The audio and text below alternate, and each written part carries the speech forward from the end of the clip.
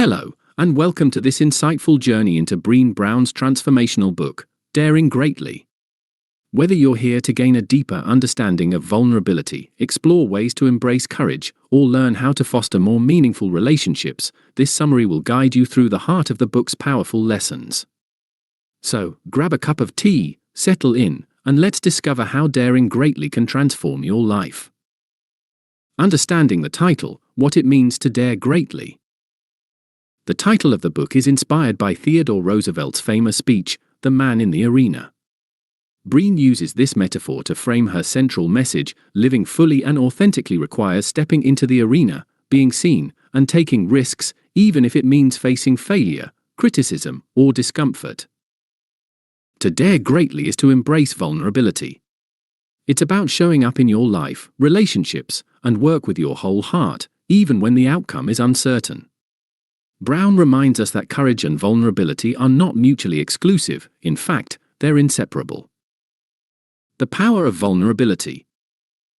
At the core of daring greatly is the idea that vulnerability is not a weakness, but a source of strength. Brené challenges the societal misconception that vulnerability is something to avoid or hide. Instead, she presents vulnerability as the birthplace of creativity, connection, and courage. When we avoid vulnerability, we limit our ability to truly connect with others. It's through moments of uncertainty and emotional exposure that we build deeper bonds and foster trust. Whether it's sharing our dreams, admitting fears, or asking for help, vulnerability creates opportunities for authenticity and growth. Barriers to vulnerability. Despite its power, vulnerability often feels intimidating. Brené identifies some of the common barriers that prevent us from daring greatly. Shame, the fear of being unworthy or inadequate, often holds us back from showing our true selves. Perfectionism, the pressure to appear flawless, can make us avoid risks or hide our struggles. Fear of judgment, worrying about how others perceive us, can lead to self-protection and emotional withdrawal. Through these barriers, we learn that vulnerability requires unlearning some deeply ingrained habits. It's not about exposing yourself recklessly, it's about allowing yourself to be real in a way that aligns with your values and integrity. Shame and the courage to be seen. Shame is one of the most pervasive emotions addressed in the book. Brené defines it as the intensely painful feeling that we are unworthy of love and connection. Unlike guilt, which focuses on actions, I did something bad, shame is about identity, I am bad. How shame manifests. Shame often masquerades as fear or defensiveness.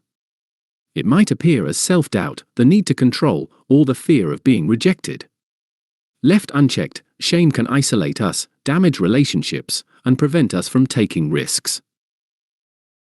Overcoming shame. Brené introduces the concept of shame resilience as a way to counteract the negative effects of shame. This involves recognizing shame when it arises, understanding its triggers, and reaching out to trusted people who can offer empathy and support. She emphasizes that the antidote to shame is connection. When we share our struggles with others in a safe and compassionate space, shame loses its power. Cultivating wholehearted living. Daring greatly encourages readers to embrace what Brené calls wholehearted living.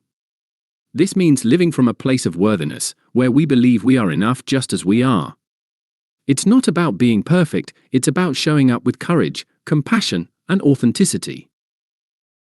Practicing self-compassion. One of the pillars of wholehearted living is self-compassion.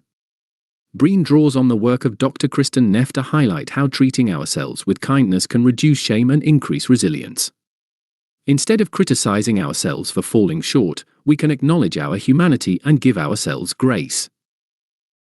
Letting go of perfectionism. Wholehearted living also requires letting go of perfectionism.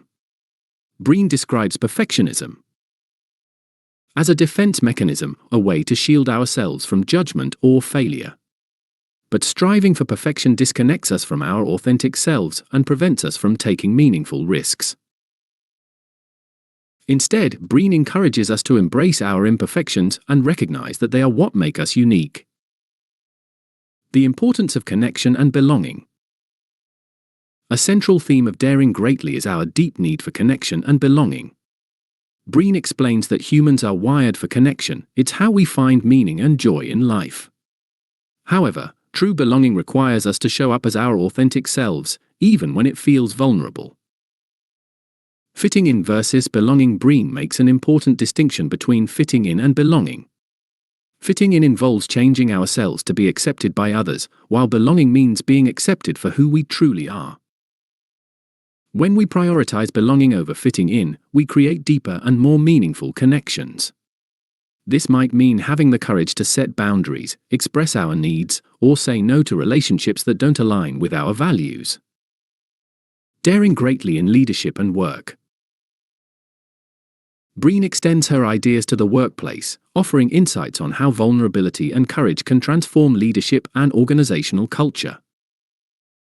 Vulnerability in leadership. She argues that effective leaders are those who dare to be vulnerable. This means admitting mistakes, asking for feedback, and creating a culture where employees feel safe to share their ideas and challenges. Vulnerability fosters innovation and creativity because it allows people to take risks without fear of failure. Breen calls this a culture of daring, where individuals feel empowered to bring their full selves to work. The role of empathy. Empathy is another crucial element of leadership. By understanding and validating the emotions of others, leaders can build trust, foster collaboration, and create a sense of psychological safety. Breen encourages leaders to listen actively, show compassion, and model the behaviors they want to see in their teams. Parenting and vulnerability. In a deeply personal section of the book, Breen explores how daring greatly applies to parenting. She describes parenting as one of the most vulnerable roles we take on, as it involves immense uncertainty and emotional exposure. Raising wholehearted children. Breen emphasizes the importance of teaching children to embrace vulnerability, practice self-compassion, and develop shame resilience. Parents can model these behaviors by showing their own humanity, admitting when they're wrong, expressing emotions, and apologizing when necessary. She also highlights the importance of creating a safe and supportive environment where children feel loved and valued for who they are, not just for their achievements or behavior. Key takeaways for living a daring life. As we come to the end of this exploration, let's reflect on the powerful takeaways from Daring Greatly.